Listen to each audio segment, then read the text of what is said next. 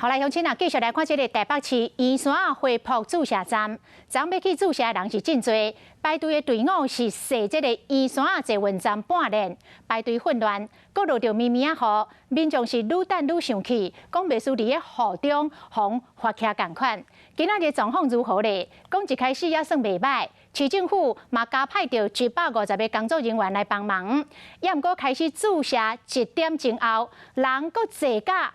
排到圆山捷运站咯，甲昨的状况是完全同款。打一剂吗？那个人啊，不然不好意思往那边排。不是，他已经在入口处这里了。作业苗到底排到位民众无啥无袂清楚。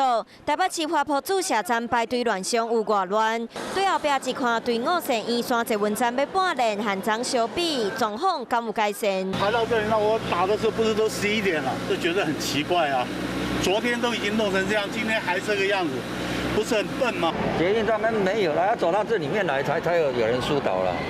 不过还是一头乱了。来看前后两天对比，除了排队的人无塞满规个捷运站广场，排队动线加150位台北市府工作人员引导，互队伍较袂乱以外，加500张椅仔，总共1000个，互民众坐咧等。不过民众无想要坐，干那想要知影队伍到底排到倒。加上大家拢比主文时间搁较早来，造成排队的人愈来愈多。现场人员嘛无法度按照主文时间赶紧引导民众排队。太密集了。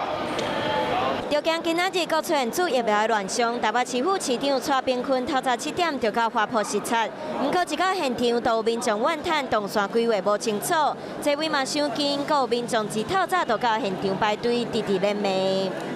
5点多钟就搭公车来这边，搞什么鬼？将赛无能，烈士3军。昨天我们总共13000多嘛，那今天的人数总数大概要接种12000左右。的确哈，我们会必须要把它区隔好。不过疫苗一开始就都够乱起，花圃注射站一天啊做上万剂疫苗，是全台上大疫苗注射站。伊今仔日做咧，一天都有3种疫苗 ，AZ、莫德纳、BNT。 人数12000人左右。另外，上大规模第12轮疫苗10月22日开始注射，市府应该调整动线，标示清楚，有效分流。啊无，若是搁像安尼，很乱啊，麻烦啊。可能会拍歹大家心情。